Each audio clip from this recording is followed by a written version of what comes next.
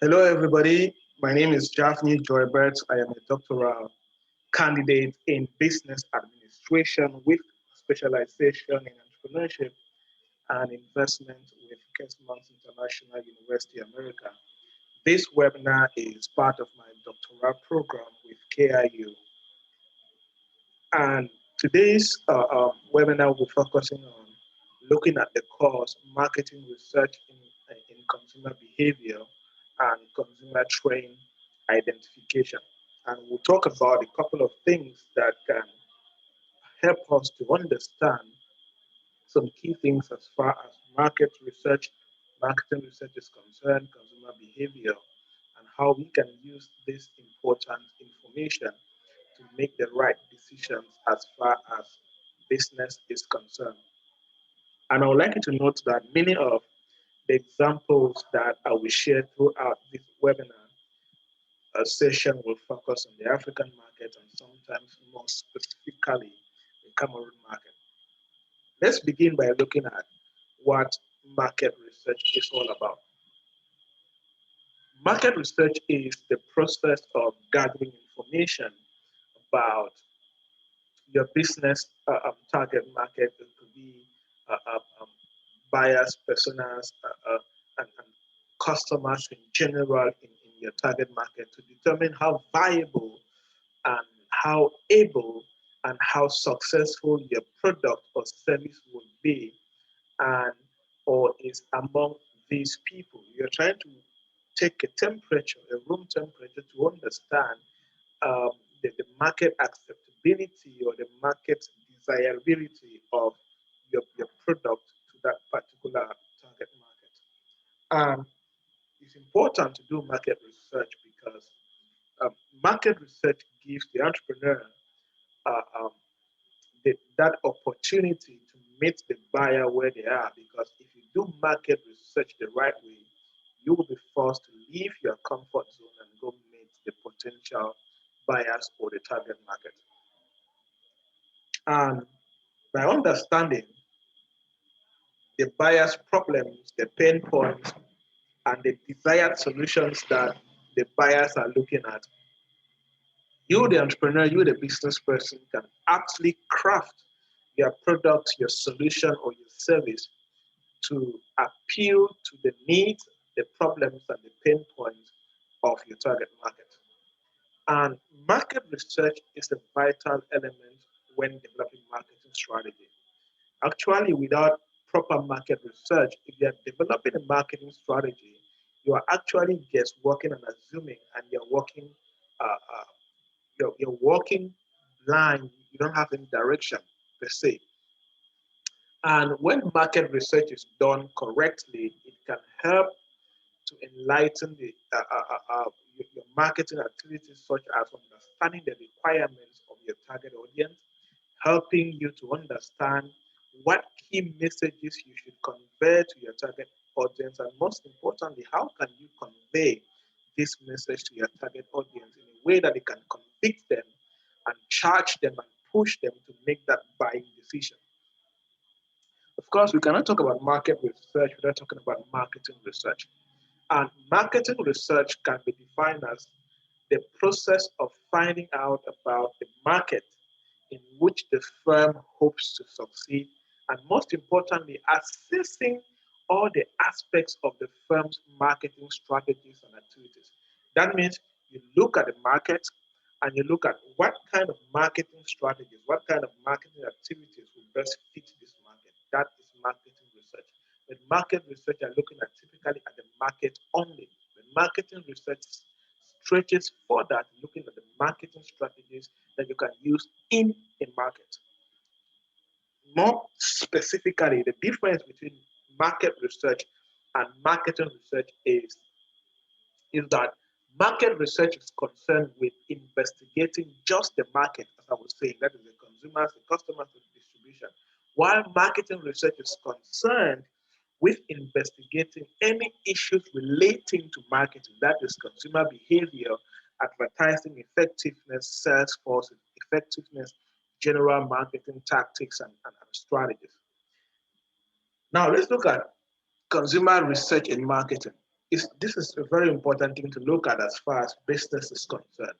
Consumer research is a part of market research in which inclination, motivation, and purchase behavior of the targeted customers are identified. Try to look at what is what is motivating them, what is their purchase behavior.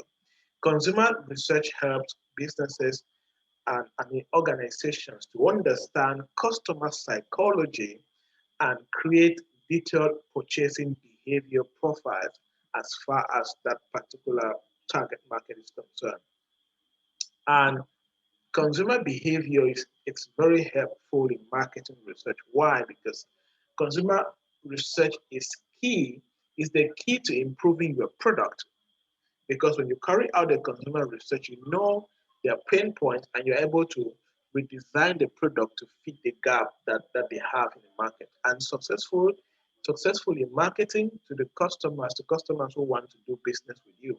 And that's why interviews, surveys, and other customer research methods are some of the best methods you can use when it comes to helping you, the business person or the entrepreneur, uh, uh, uh, uh, to consistently increase its revenue year in, year out. And these are some types of market research that you can push through as far as your business is concerned. Interviews, you can interview your customers. Focus groups, you can bring a couple of your customers together and form focus groups and talk to them. Product or service use research, you can give them their product to use and you try to do research to see the impact of that product in their life. Observation-based research, where you can sit and just observe a consumer trying to use your product. Buyer personal research, market segmentation research, pricing research, customer satisfaction and loyalty research, brand awareness research.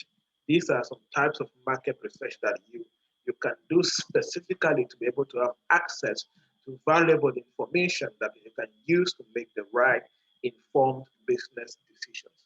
Now, how can you really do market research? These are five key steps that you can go through. Number one, define the buyer persona.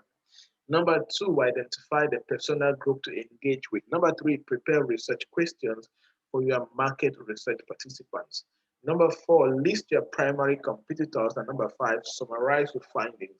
And with this basic structure, you can be able to do a proper market research.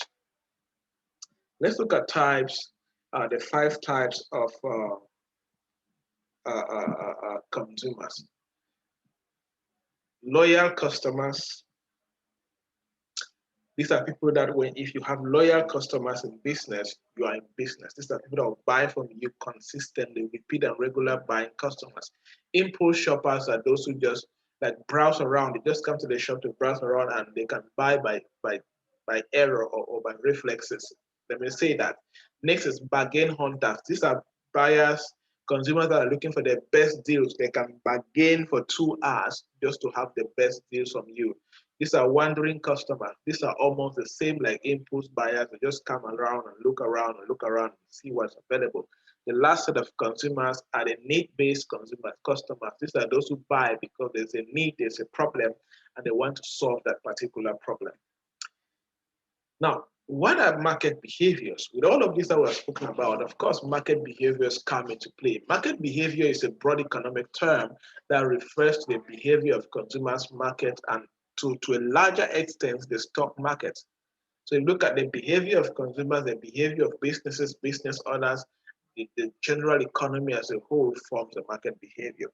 And it is often analyzed and used to generate various marketing strategies. Yes, how consumers behave can influence marketing strategies. How other businesses in your sector behave can influence your marketing strategies aimed at boosting sales, increasing brand recognition when dealing with businesses, consumers by analyzing uh, um, their purchasing behavior. Now, there are four market behaviors that we're going to look at. Number one is awareness. Awareness is the first phase of consumer behavior, and it occurs when a product is introduced for the first time. And whether the product is new to the market or simply new to a market segment, consumers become aware of a product or service through a variety of means. It could be through mass media marketing such as television, radio, social media, word of mouth, posters, banners, whatever. But this is the first behavior stage where it's just awareness. Consumers are getting aware of that particular product. The second behavior is preference. Once consumers become aware of a product or a service, the next phase is generating preference. This way they're trying to compare their product with competitors. They're trying to compare other competitive product offerings to what they're offering.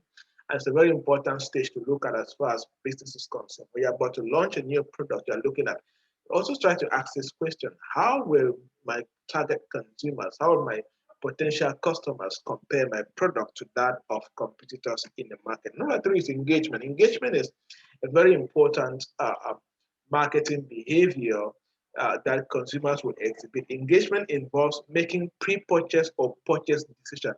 This might involve, this is whereby uh, maybe after they are aware of it and they have done the second stage, which is looking at the preferences, this is whereby they can start engaging. They can decide to visit your website and look more about their product. They can decide to call you. They can decide to visit your shop to see. This is where they are gathering more information and maybe purchasing the product at the end. And number five is advocacy. This is whereby after they've used their product, whether good or bad, they start talking about their product. Either they're talking about the product in a positive way or a negative way. But one thing is for sure, they will be advocates either in a good way or in a bad way. That's why it's good to give your customers a good buying experience so that they can be good advocates for your product. Now, let's look at the types of behavioral segmentation. This is very important, especially when it comes to consumer identification. If a company wants to have the maximum benefits from the marketing and sales effort, it must segment its customers. Behavioral segmentation is a strategy that splits the customers' market into smaller groups based on their buying habits and buying behaviors. And there are four key types of behavioral segmentation that we will look at. Number one is purchase behavior. As a marketer, you should collect, study, and analyze the customer's data that and understand what motivates prospects to become actual customers. Yes, that's what I'm doing at this stage. Number two is customer loyalty. Once you have found out the loyalty factors that motivate their customers, now you as the business person should use those factors in the marketing campaign and make personalized advertisements that can drive customer loyalty. Number three is benefit sought. Benefit sought means the satisfaction level of customers. If they are satisfied, then you would have more customer engagement and immediate responses from them. Number four is occasion buying. Occasion purchasing comprises of those customers who visit your store and purchase products or services on a certain event like Easter, Christmas, birthdays, marriage ceremonies, graduations, they buy on occasion. So let's look at the five buyer motivations. What are the five key things? There are more than five, but these are the five key things that if you look around you and you look at yourself, these are the things that motivate you to buy. And as an entrepreneur, as a business person, it's important to pay attention to these things. What are those buyer motivations that generally motivate people to buy? Number one is profit or gain. Selling to people who are motivated by financial gain is common in the business to business world. This is whereby somebody is buying from you because they want to go and resell so they can make more profit or gain. This is a good buyer motivation. Number two is acceptance. Sometimes consumers can be motivated to purchase a product because everyone else has it. They just want to be part of that circle. Acceptance. Number three is pleasure. Consumers always will always be motivated to buy to satisfy their own desires. Number four is problems. Consumers often times do not think to buy a product or service until a problem occurs in their life that creates the need for it. For example, you are sick. You didn't plan to buy malaria medication in the morning, but in the evening you are sick. That's a problem that can prompt you, that motivate you to buy. Number five is health, of course. Give an example of malaria. Customers are willing to invest in products that have a clear health benefit. So how do you motivate customers to buy your product? As a business person, as an entrepreneur, how can you motivate people to buy your product practically. Number one, make them feel uniquely special.